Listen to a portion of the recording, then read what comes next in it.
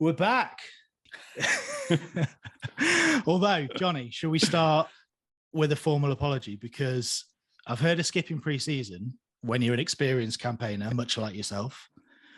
But starting 5 weeks into the season, that's a bit much, eh? Becoming properly Fijian. Like the only person I know that bad is Jim Nagusa. He took 3 months off at the start. We're a month late.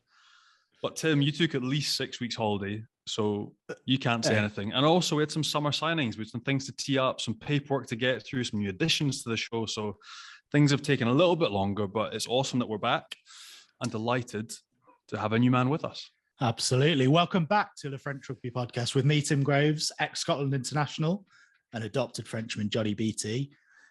And as you mentioned, Johnny, we haven't just been twiddling our thumbs while we've been away, not just sat on the beach. We've been in deep contractual negotiations. And you need a deep squad nowadays, don't you? So we're going to be operating a bit of a rotation policy this season. Benji will be back at various points, won't he? But other new faces on board, and you need a marquee signing too. Shall we unveil him, Johnny? We should, mate. We're skint, but we should unveil him. On you go. Well, yeah, transfer reveal videos are all the rage now, aren't they? There have been some impressive unveilings over the years. Not on this podcast. We haven't prepared anything. But do you want to do a drum roll on your table, on your desk, on your wall? Marquee signings don't come bigger than this. Top 14 winner, Champions Cup winner, twice World Cup winner. Jerome Kaino, how you doing? Hey guys, thanks for having me. It's great to be a fixture here on the show. I'm not too sure if my stories will be as top shelf as Benji's, but I'll do my best. You mentioned it. We've had you on the show a couple of times already, but to be a bit more of a regular fixture, how are you feeling? I'm feeling good. Had a chat to Johnny earlier on in the season and spoke about the possibility, and it's not really something that I would usually gravitate to, but mate, it's a challenge and something that gets me out of my comfort zone. What did he offer you then? What did he sweeten the deal with? A couple of coffees and a few brewskis. A couple of Côte de Buffs, maybe a trip to see Scotland against a couple of tickets to Scotland via the All Blacks. Mate, I feel like a proper lower league like president or manager, like trying to get a rock star to come in, like properly scraping the barrel. But seriously, delighted to have you with us, man. It's awesome. So thanks a lot, and looking forward to this year. There'll be another semi-regular guest joining you and Benji, who we won't announce just yet, but mate, it's going to be awesome to have you with us. So thanks for having me, guys. And we should start with Kaino, the coach. So you've been retired just over a year now. Finding transition to coaching good? Yeah, I'd say no, I'm really enjoying it. This year's a lot more smoother. The transition's a lot more smoother, and I feel a lot more comfortable than last year. I was still in players mode, trying to sort out my schedule and also what's needed as a coach. But yeah, I learned a lot last year in terms of what's needed as a coach, what's needed for the younger players, and and I'm learning so much off the other coaches that I'm working with. So it's been great. Really adapted to the hours that's needed. But no, I'm really enjoying it here in Toulouse and learning a lot. I think it's changed from when we first started pro rugby, and you came in, you did your work, and you saw the coaches leaving at the same time. Like now, there's a real, mate, the hours are 3 times what a player does. Yeah. Like clearly, it's like my first question is, honestly, I think a lot of people out there, especially my wife, is like, rugby was a bit of a jolly sometimes, rugby coaching as well. Like, but it is hard graft. Tell us how hard it really is. With me, it's not too bad, but there are a lot of early starts. But I'd have to say no one works as hard as Hugo Mola here at Toulouse. He's the first one to arrive and the last one to leave. But no, for me, it wasn't too much of a shock. It's more when you get home, you can't leave work at work. You've got to constantly think about rugby as a coach, constantly think about ways you could evolve as a person or as how you could evolve your rugby. So that was the part that I really struggled with, is not being able to switch off. But no, all the other things that I've always understood and known that I had to pick it up. But that was the part for me that I found really hard, because as a player, you can be a little bit selfish and just focus on you and what you need to do to be at your best on Saturday. But as a coach, you've got 50 or 60 other guys that you have to try and adapt your approach, and how you get the best out of them.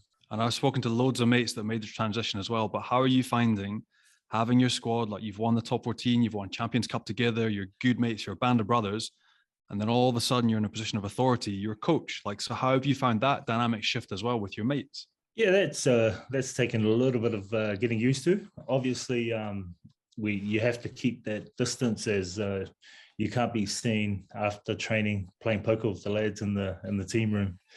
That was a bit of a shift, but in terms of relationship and how close I am with the boys, nothing's really changed. We still hang out, still chat, and I think for me as a coach now, that I think that's pretty important, having those close friendships, relationships, because it helps a lot when you're on the paddock coaching and being with the boys. Johnny mentioned the hours. You work with the Espoirs and the first team, so is that double the hours, or how does it work? Double the pay, surely. Yeah. No, we've got a pretty good schedule. As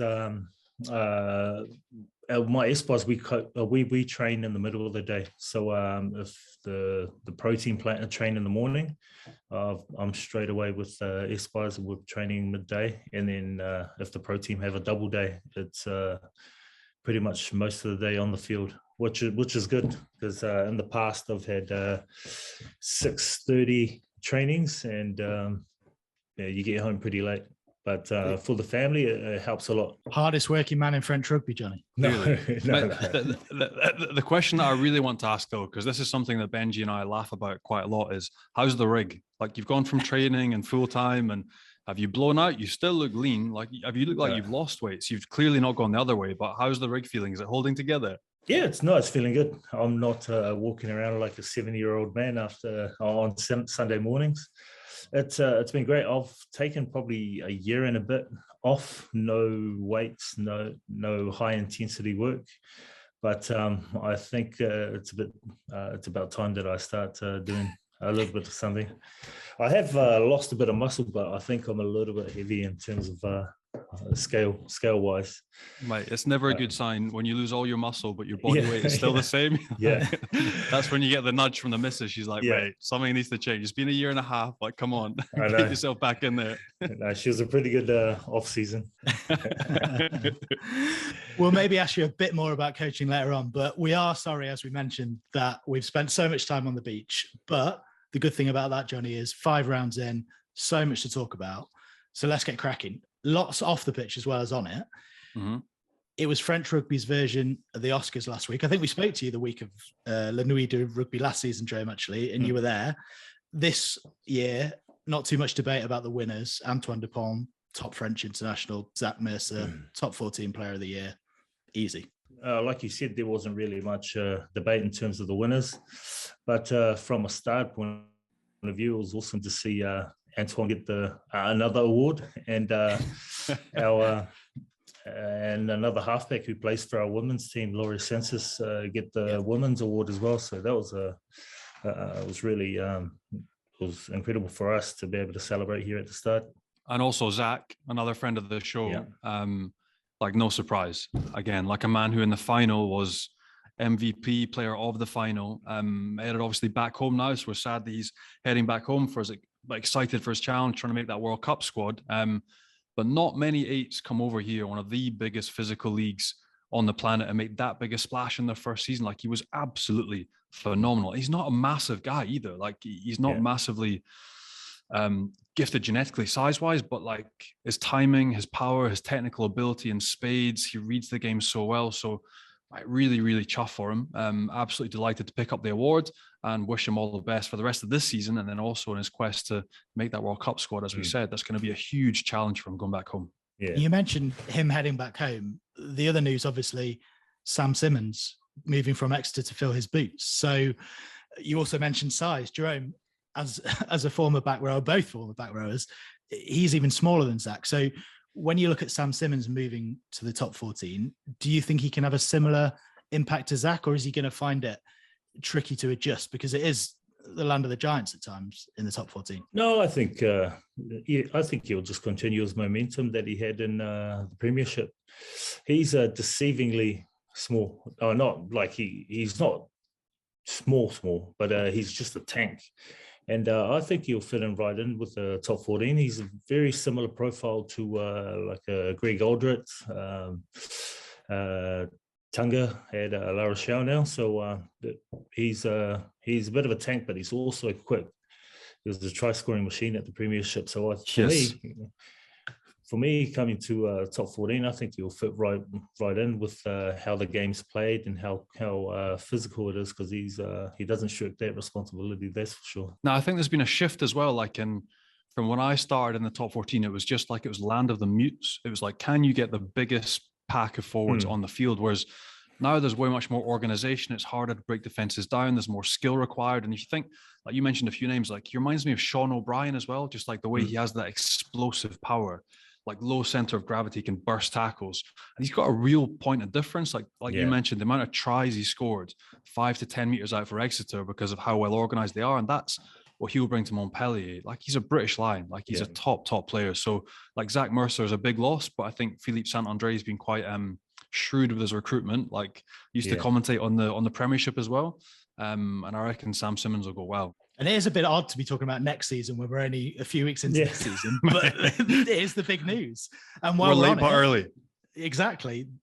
Another big move, but in the coaching side of things, Stuart Lancaster going to Racing next season, Johnny. What do you make of that? I think that's class. And again, I'd choose the word. I'll use it again, like a shrewd recruitment by Racing. Travers moving upstairs. But I think this is a massive push towards, like, again, I mentioned it used to be land of the giants and get the biggest team and like shell out cash. But I think French rugby is shifting more and more towards having good coaches, the formation and development of young French players, and real coaching.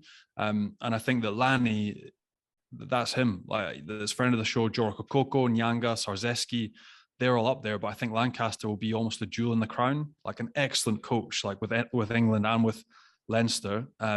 His detail, like the way he gets his teams moving, both with England, again, they were unlucky to get dumped out of the World Cup and he paid the price, but his style of play, the detail and the organization you can see in his teams, like how big a leader he is, I think will be absolutely awesome. And I also, to add, if you speak to anyone that's worked with him, it's overwhelmingly positive. He's loved everywhere he's coached. So it's a massive coup, because I know there was like 2, 3, there were 4 international sides after him as well, trying to get him to leave Leinster. So it's a massive signing for Racing, and that's huge for them. And Jerome, you'll have come up against his sides a fair few times over the years, Lancaster. So as a coach, him moving from the URC to the top 14, what are the kind of details, I guess, that might be different in the French league that he'll have to get used to? I don't know. For me, like Johnny said, he'll definitely have a lot of experience and a lot of detail that he could bring to the Racing environment. But I think for me, what he would have to try and mold or fuse together is how he could get the Racing DNA, how he can evolve that, because sometimes it's tough coming into a new environment and changing everything with the players, especially with the talent that he has. So I think that'll be one of the challenges that he has. But from the teams that he's worked with and the knowledge he would have to be able to work with the players that he will come and coach, it's pretty exciting for them. Another friend of the show, Thibaut Giroux, rumored to be, he is joining him, isn't he, Thibaut? He is, mate. He signed a 6-year contract. It's the biggest contract I've ever heard a performance coach. And there's a reason. Like he's sought after. He's one of the best in the business. And you've seen what he's done with Toulon, with Glasgow, with the French side. He's class, and that's why Racing are shelling out and bringing these people in.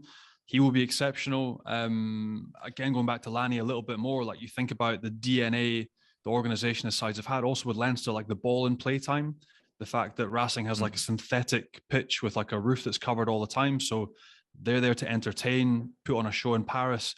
And these are all things he's going to have to take on board and sort of weigh into his team. But like Jerome said, in your second language, in your first season, it's hard to implement. I think also Felipe Contempomi is coming down with him, who has been part of his staff at Leinster. So he'll be massive.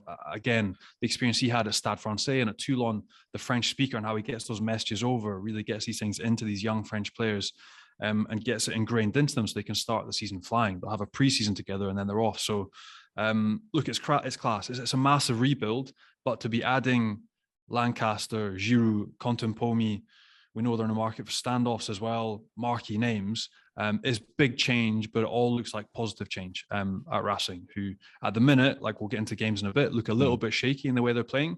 But these are all big positive strides and huge signings for them. We mentioned Thibaut Giroud leaving the French setup. Interestingly as well, Karim Ghazal and Laurent Labitte reportedly leaving Fabien Galthie's staff after the World Cup as well. Does that set any alarm bells ringing at all in terms of either the timing or the fact that it's happening, or is that just natural that coaches might move on? I think they're victims of their own success.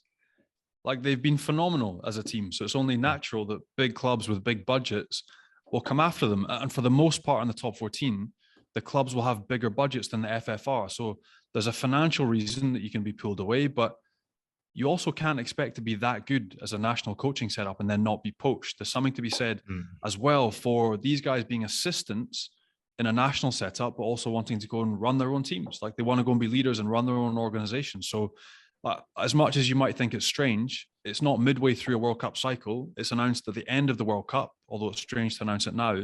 They'll be there for the duration, see the teams through, and then the top 14 doesn't start until after the World Cup anyway. So it's a natural follow-on timing-wise.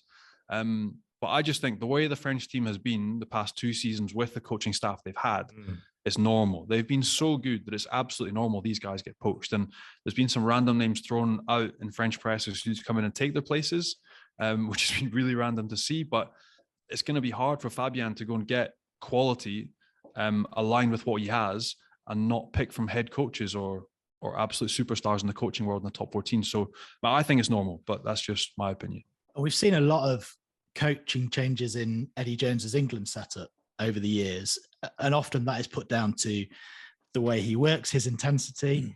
Is there anything in that, Jerome, in terms of Fabien Galthie, or do you think this is a completely different situation? To be honest with you, I'm not too up to speed with what goes on inside the camp or even the characters inside the camp. But all I go off with is with a lot of feedback that I have with the players, and they say they work really hard, but it's a really enjoyable environment. And like Johnny said, the players just all they say is that the coaches complement each other with the way they work and how they've developed the team. And you've seen the last 3 years how the boys have adapted to their coaching setup. They've just gone from strength to strength. And I think I said it earlier on this year that if they continue the way they're going, they'll definitely be favourites come World Cup time. And Johnny, you know Fabien, so is there anything in that in terms of the intensity? And also, there are rumours that Japan are going to throw the checkbook at Fabien Galthie after the next World Cup.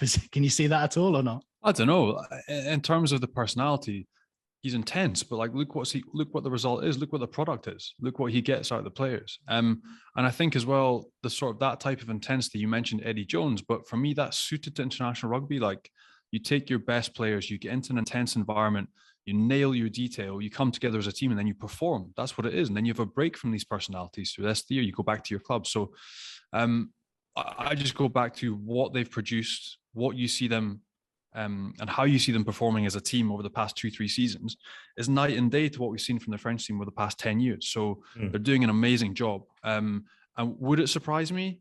It absolutely wouldn't surprise me. Like, it would be very Fabien to win the World Cup and then ride off into the sunset and coach the Japanese side. That being said, I think it'd be a real shame because I'm not sure there's another French coach right now. You might disagree with me, Jerome, but there might be somebody quite close to you that could do a decent job. But I think right now, he's doing a phenomenal job, and it'd be a shame to see him leave the French team, even after they win the World Cup in 2023. So like, nothing would surprise me though. With Fabien, nothing would surprise me at all. Well, you mentioned the random names being thrown out. Hugo Moller is one of them, not to take over from Fabien Galthie, but he's been mentioned in the media as someone who might take over from Laurent Labitte. Can you see him leaving Toulouse to do that, Jerome? Well, right now, no.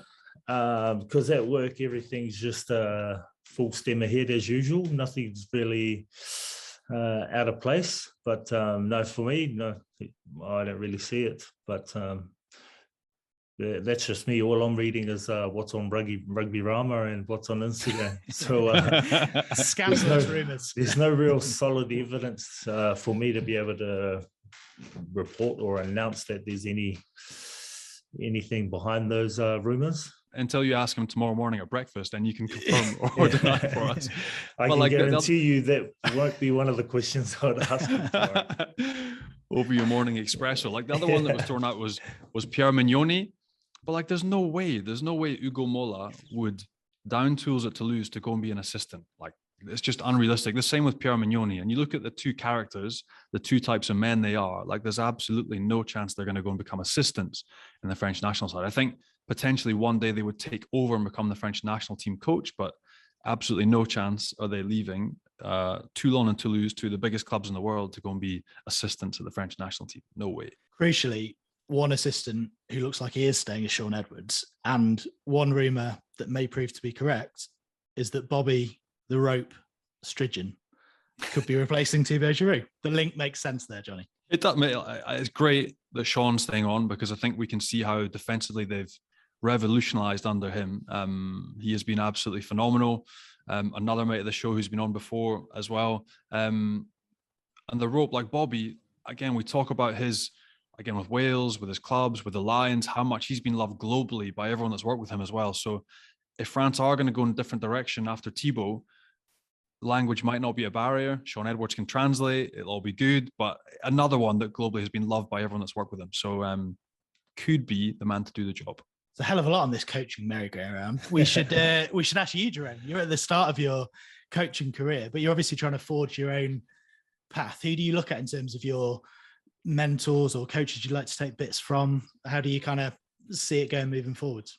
Mate, at the moment, I'm learning a lot off the guys, the coaches that I'm working with: Hugo Mola, Jean Boyou, Virgil Lacombe, Clément Poitrenaud, and Laurent Thierry. So those guys would, for me, I'm constantly trying to mirror a lot of the things that they do and learning as much as I can. But in terms of mentors, I've been, ever since I decided or even mentally thought about trying out coaching, is Wayne Smith. He'd definitely be one awesome. that I try and catch up with him every couple of months, just to talk about where the game's going and also just see how the family's going. But he's definitely one that I always try and tap into in terms of knowledge and how I can make my position that I'm in, how I can do it the best that I can. Was he also one of your biggest influences when you were playing? Like, was he one guy when you heard him speak, you were like, this is the man, like I need to, you've obviously worked with some world-class coaches. Like, who else would you add to that roster of people that are really influential and got the best out of you as a player?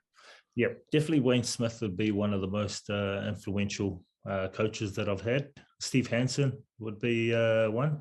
He was the ex-policeman, ex-sergeant, so you couldn't bullshit him. You couldn't fake anything around him, and he also knew how to adapt his approach to whatever player, whatever person he was talking to get the best out of him. So for me, those two. Another one that I do talk to quite often is Joe Schmidt.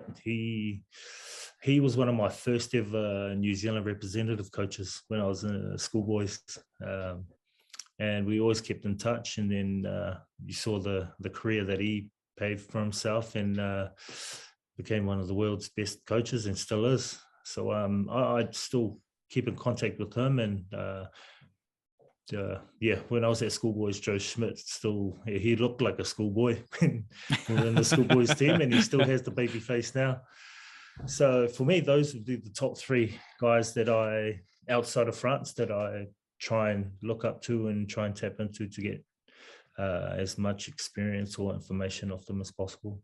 Not a bad little stable of mentors there, Johnny. You might have a future. Yeah, not bad. I'm not got a list that can compare to that, mate. So you're winning that hands down. And talking then about assistants, Jerome, that might want to be the top man, potentially moving from France to the top 14. At the start of your journey, what is the ultimate ambition? Is it to be a head coach? Do you like having an area that you focus on? Is the ultimate ambition to be All Blacks head coach like Steve Hansen one day? Oh, no. No, for me, I'm quite tunnel vision at the moment, just to try and focus on my role at the moment, and that's Espoir, with the Espoirs, and also the ruck area with the pro team. So for me, that's my main focus, and there's nothing on the peripheral for me. I just want to be the best at that, see where that takes me. I've still got a lot to learn, a lot to experience, and for me, for right now, that's my main focus. I'll never say never to other ambitions, but I think that'll come as I experience and as I learn. Well, we should probably talk about some rugby now on the pitch, should we? 5 games into the season, everyone, Johnny, has won at least a couple of games. If it's possible to get any tighter, is the top 14 tighter than ever this year? It doesn't change. And the 2 big dog kicking off where they left off last year, La Rochelle and Toulouse, sort of flying the flag and chip leaders at the minute, but we know how quickly it can change, like with injuries, with national games coming up over the autumn and people leaving the club. Like, you look at both ends of the table, there never is that much difference between like 3rd and 4th and 12th, 13th. Like, it's just the nature of the beast. The top 14 is a marathon. But 5 games in, like, it's been entertaining. Some of the rugby that's been played has been fast. It's been dry pitches. It's been quick. It's been entertaining to watch. Some of the tries that have been run in have been ridiculous. One, again, Jerome's boys, Toulouse at the weekend, end to end, like going coast to coast against Montpellier. Absolutely freakish and real joy to watch. So look, it's the top 14 as we know it. The quality has been awesome so far to watch. But as I mentioned, the 2 big dogs, La Rochelle and Toulouse, some of the rugby they've flung together has been top class, and it's been great to watch. Yeah, I wish I could say it was great to watch, but from a coaching perspective, there's no real off button, because you know how tight the competition is, and every week you've always got a new challenge. And once you experience a high from a game, straight away you've got to start focusing on the next week, and then the next week after that. What about in-game, mate? Like you said, you wish you could enjoy them. Are you managing to enjoy watching games when you're at the, like, again, it's different from me being removed now and no longer being part of the physical confrontation part. I really don't miss that. But I can now enjoy games. When you're invested as a coach, do you still have that stress, like that horrible feeling and the sort of anxious nature of, oh, shit, we need to win this, or big game? You still get that, or do you get a little bit of a buzz watching? No, I'm pretty bad spectator when it comes to rugby. And because I'm so invested in it with the coaching role, and I'm so close with the team, that I think that just amplifies it. I get really nervous before games, and I'm so stressed when things happen that don't go our way during games. So, yeah, I wouldn't say it's an enjoyable process. And Johnny mentioned you've had a great start to the season, but that was also the case last season, wasn't it, for Toulouse? And then there was a mid-season blip, and then he came strong again. So top of the pile at the moment, Toulouse. Has there been chat about last season and how it sort of panned out, lessons learned? Has that been spoken about? Yeah, I think it's been our case for the last couple of years. We start really well, and then obviously we lose a number of players in the international window. But I think this year we've been able to, and we've had the chance to be able to bleed in some new blood, new players, and they've been going really well for us. So I think hopefully that we'll be able to get ourselves to a position where our younger players have so much experience from the beginning of the season that we have that depth in the squad to be able to have confidence in the younger guys to go out there and do the job. Yeah, it's still early days, but we're really happy with the way our young boys have been going. Like 2 of them, one of them not so young, but 2 brothers for you at the weekend, the Retier brothers. Yeah. And again, like we'd all seen Arthur play for La Rochelle as, a fullback, as a wing, as a center. Yeah. But like, talk me through him at 9 and his brother. Like I'd never seen him play 9. And when he came in, we heard he was going to be like a Swiss Army knife. I was like, is that really going to work? Him playing 9 in the top level and top 14. But like, you went away the weekend, you spanked Montpellier away after you'd been written off. Like, press over here was horrible to you. Like, you were going to get your asses handed to you. But those are the exact type of guys that stood up and were absolutely phenomenal. Can you tell us a little bit more about them, like as brothers and 9-10 combos and how that's all slotted in? Man, it was incredible to see those boys play together, but also play the way they did. Those boys are so close. They were always at the training center, and they're always chatting. But for us, we didn't really focus too much on the media or what was said. I think we had the confidence in the team that we had picked to go over there and do the job and play at our level. But for me, being so close to Edgar, he's my captain with the Espoirs. To be able to get his opportunity, his first match, and to play with his brother, but to also really stand up and drive the team around, I was really stoked for him. It got a little bit emotional in the changing room before the game as the boys were prepping because it's been a long time coming for him and also to play with his brother. But yeah, for me, I was just stoked for him. And another big winner at the weekend was Clermont, beating Lyon 43-20. Aliveretti Raka hat-trick. Is he going to be back in the France reckoning? I reckon Mathis Labelle might be you're smirking, Jerome. I don't know why. Maybe you know something that I don't know, and the list has already come out. But I don't know, sad news again, the injuries we haven't really touched on, but Vakatawa having to finish, Bernard Leroux up in Paris, Gabin Villiers having the worst kind of injury where you do at the end of last year, you rehab the whole way through summer, and then they tell you when you get back to rehab running, actually it's not working. You have to have an operation, which is so demoralizing. But Arthur Vincent's origin. Again, the injury list in key positions, although the depth in French rugby is stronger than it ever has been, but Mathis Labelle, Raka, you would say that Raka going forward is absolutely phenomenal. In the air, possibly going backwards, not as good.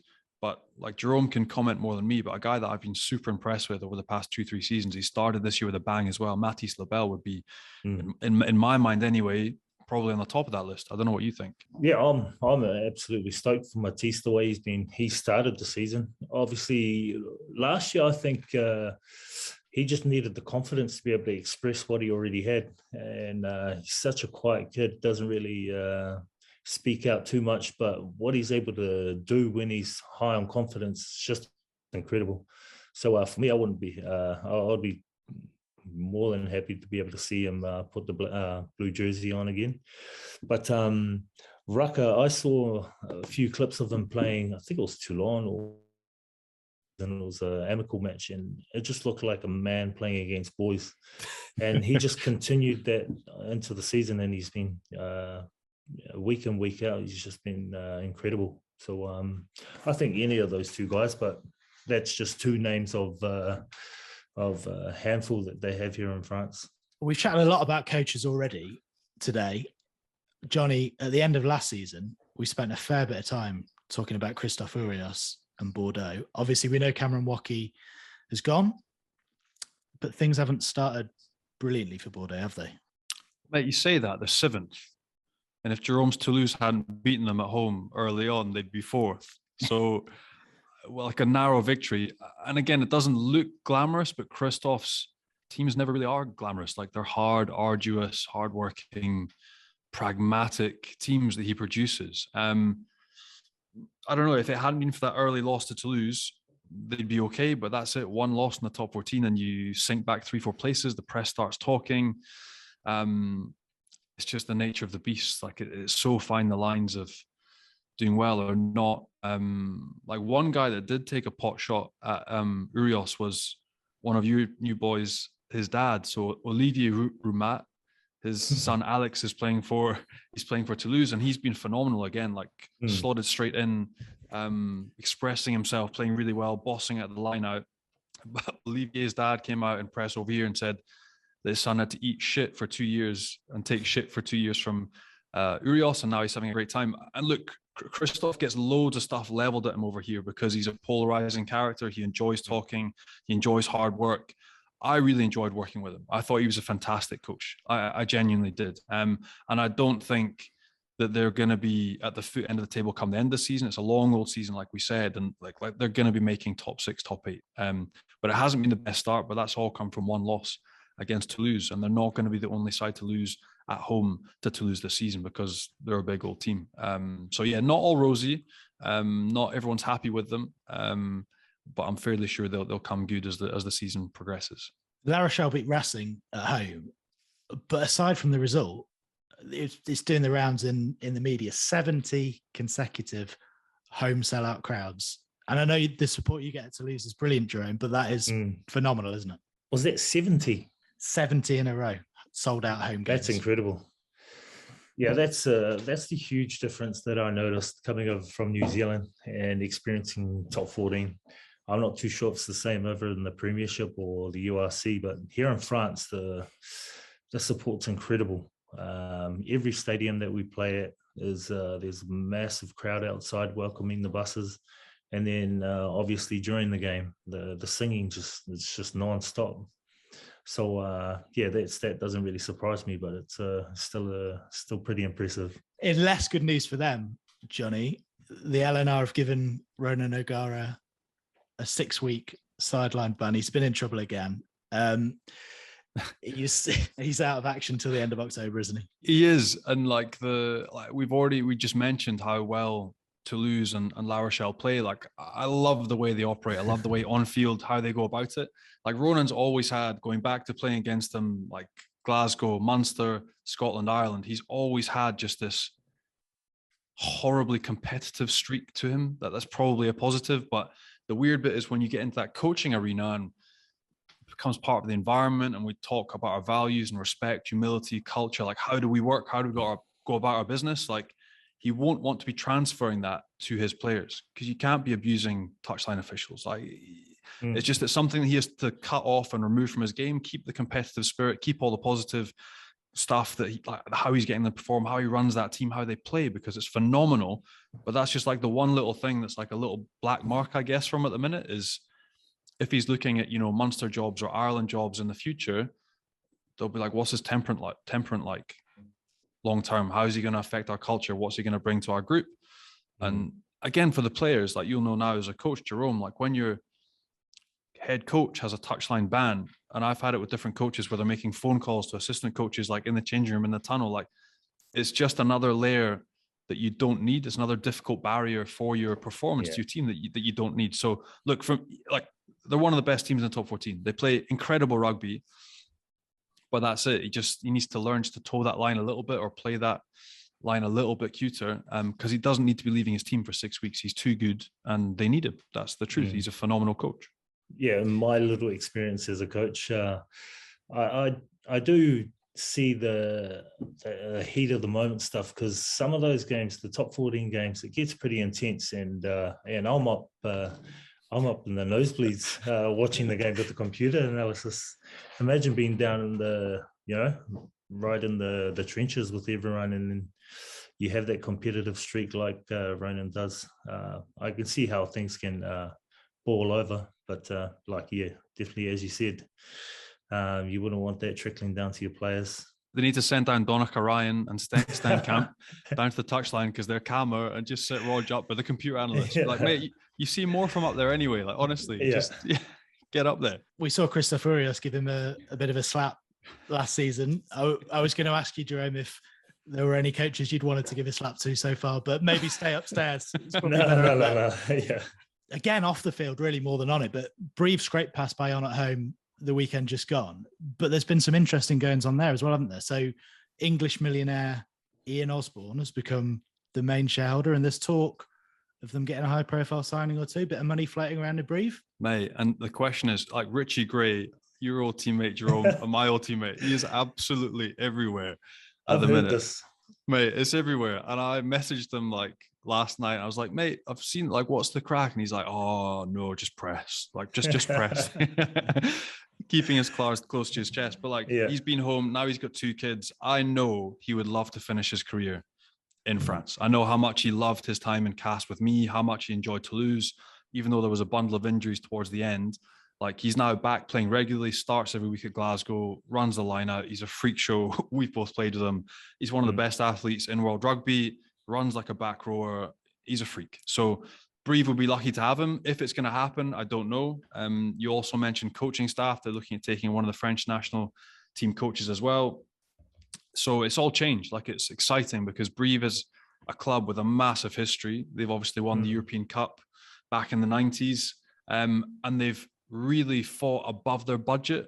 As long as I've been in France, they're just like a scrappy, they put like a rough and tumble bunch of Frenchies, always a couple South Africans, a couple Fijians, and they just scrap it out. But potentially, if they want to jump up another level and compete, aim for top 8, top 6, a little bit of investment would be absolutely phenomenal. And Richie, like, you know Richie as well as I do, Jerome, he'd be a great guy to start with. Mate, he'll be great for the club. And Brive, Since I arrived, I've never had an easy game at Brief. It's an absolutely tough place to play, to go and play. Have you ever won at Brief? Yes. Well, there you go. Toulouse. I didn't get to you. Once as a player, once as a coach. But yeah, I've lost probably twice there. It's a tough place to go and play. And like you said, they definitely punch above their weight. And on the broader point, obviously the financial struggles of a couple of Premiership clubs are big news at the moment. That's obviously not good to see. But is this a major sign that the top 14's in rude health compared to other leagues, with an Englishman investing so much money in Brief? I'm not sure how much of that is post-COVID, loss of earnings, the different structures and setups as well. You've got the Premiership that has lots of small partners that go into an ownership model, whereas in France, it's one man's job to float a club most of the time. So it's one big sponsor. So if you go down to Montpellier, it's Maud Altrad. You go to Cast, it's Pierre Fabre. Like, there's one big money man plugging that hole. That being said, as soon as they walk away, it's trouble. But that's why the top 14 is more stable, or has been more stable throughout COVID, in that those budgets have been settled. It's not as dependent on ticket revenue as the Premiership is. That being said, the gates are up in the top 14. Gates are down in the Premiership as well across the board. And they're really struggling with season ticket holders and generally just getting people through the gate. So I'm not sure. Like, I think with everything that our sport's going through, worries around head knocks, participation has dropped. There's like a massive role around just increasing participation generally, be that, games of tag, game of touch rugby, getting kids involved in the game. So I'm not sure that it's a model difference. I just see that Premiership has suffered quicker as a result of everything that's happened over the past 2-3 seasons. And the top 14 has been a little more bulletproof, so to speak. But it's different models. Like, the bottom line is, it's horrible to see. You don't want to see it anywhere. All the different models that the federation-owned clubs, so like Glasgow, Edinburgh with Scotland, or the clubs in Ireland or Wales, like Welsh clubs are battling as well. It's across the board that it's difficult at the minute. And that being said, there's bigger investment. The TV money is huge with Canal Plus in the top 14. And for the moment, top 14 clubs are in better health. Pro D2 is a slightly different story. But yeah, you just don't want to see it. I think there's going to be a lot of English players coming across the channel as well at the end of the World Cup, because budgets are being dropped again and the salary cap is going down in the Premiership. So there's one place that they know they can come pick up a paycheck and earn their way. So I don't know, different models, different ways to skin a cat. But it's not nice to see. Like, what's happening with Worcester, the possibility with the Wasps. I think there's 3 other teams potentially heading in the same direction. There's also massive talk about leaning towards a British league. If these clubs get disbanded, combining the URC and the Premiership. So there's loads going on, but not what you want to see. Like, you want to see all these clubs flourishing and rugby in Britain and Ireland flourishing as well as France. So fingers crossed they find solutions and they come back quick. Right. Let's get back to talking about the positive stuff on the pitch. It's about time we did our meter moment of the week, Johnny. What have you got for us? I've got Toulouse, mate. I've got our new signing. Of course you have. Big bang for our buck. He's been phenomenal so far. But as Jerome mentioned, debut for Edgar at 10, Arthur at 9 as well. Both those boys were phenomenal. They scored a try coast to coast from their own 22. Big long passes, and Delibes finished off. So the team performance of the week, the meter moment of the week, is Toulouse. Jerome, you can talk us through that try, because it was ridiculous. But classic Toulouse. Yeah, no, it was. I think it was a good turnover, or they knocked the ball on, and we turned it over. So it was Jamine got the ball, threw a long pass to Pierre Fouissac, who then shuffled it over to Archer Boniver, who did the grubber, got around their flanker, and then Dim Delib finished it off for us. So it was great to see the lads connect and show some Toulouse razzle dazzle. You said it, Jerome. You don't score that try without the work at the breakdown. So you're taking the credit, yeah? Yeah, that's yes. Contact coach, pay rise. So pay rise. There we go. That was Johnny and Jerome's meter moment of the week. And Meter is the world's #1 wireless meat thermometer, recently making over 20 million cooks better with their game-changing app and completely wireless Bluetooth meat probe. You can use it on a barbecue, in the oven, or in a pan. and you can get your hands on one at meter.com. Plus, you can now get 20% off any full price item. All you have to do is enter the code FrenchPod20 at checkout. That's FrenchPod20, and you'll get 20% off any full price item at meter.com. I'd be more than happy to receive their award on their behalf. How many meters do you need? We'll send some to Toulouse. Yeah. Let's have a very quick look ahead to this weekend then. A repeat of the top 14 final, Johnny. Castres Montpellier.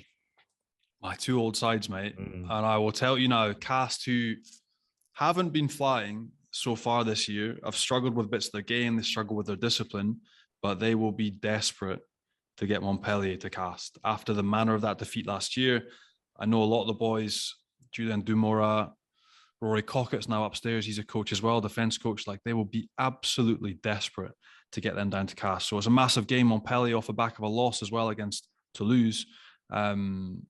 And yeah, you can just tell like the Castres rugby public as well, they will be absolutely chomping at the bit to get those boys into the stadium. So that's a massive game for Castres. And they'll put a big red mark around that one after the end of last season and how it finished for them. A huge game for them and for the town as well. They'll be really looking forward to having Philippe Saint-André's boys come to town this week. And you've got Clermont, Jerome, at home with Toulouse. So without giving away any trade secrets, give us some insight.